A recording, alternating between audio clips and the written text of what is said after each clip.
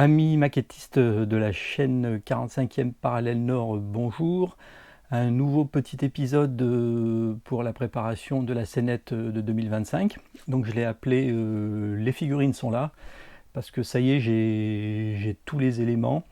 Donc on avait vu au niveau des maquettes blindées, c'est bon. Et là, j'ai toutes les figurines. Donc rappelez-vous, j'avais trouvé à Eindhoven un kit de tankistes américains. Donc là, il y a 5 figurines en résine que je dois un peu améliorer parce que certains visages sont pas terribles.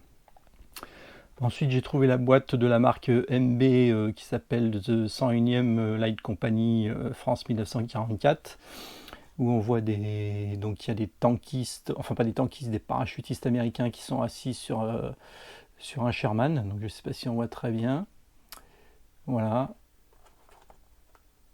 Donc là, c'est pareil, il y a environ 5 figurines de, de para-américains. Donc c'est des kits en plastique, donc il va falloir que j'améliore un peu au niveau des mains. Et surtout, j'ai trouvé chez la marque Soga Miniature des figurines au 1/35e en résine qui s'appellent donc US Army On Sherman, un parachutiste. Donc il y aura celui-ci qui est assis sur une partie du Sherman. Celui-ci aussi. Voilà. Donc pareil. Celui-ci. Voilà. Assez décontracté les positions. Celui-là aussi, donc c'est bien parce qu'ils sont en tenue parachutiste, donc 101e ou 82e, c'est pareil. J'ai plein de documentation là-dessus. Et celui-ci. Donc pour des figurines en résine. Donc ce que j'ai trouvé aussi chez Royal Model, ce sont des casques de tankistes américains.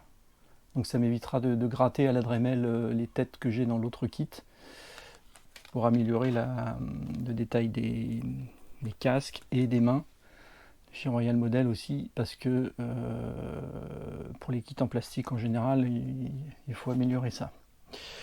Voilà. Ce que j'ai trouvé aussi, ça c'est facile, c'est la base.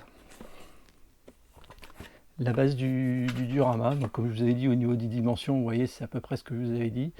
Donc vous trouvez ça facilement chez un grand revendeur de meubles suédois. Donc ça c'est parfait pour une base de diorama, c'est pas trop mal fait, les dimensions sont assez correctes.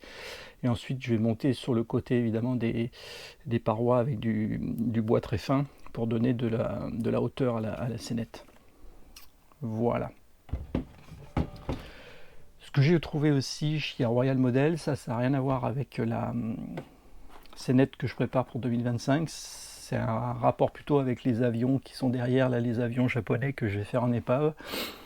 C'est que j'ai trouvé donc au 1/32e un pilote japonais. Donc là, c'est pour mettre devant un avion, ça peut être sympa, surtout qu'il est super bien détaillé. Et j'ai trouvé un petit plongeur, voilà, au 1/35e, donc qui lui pourra aller avec une épave d'avion au 1/32e, ça passe très bien. Ou alors je vais essayer d'avoir, disons, comment dire,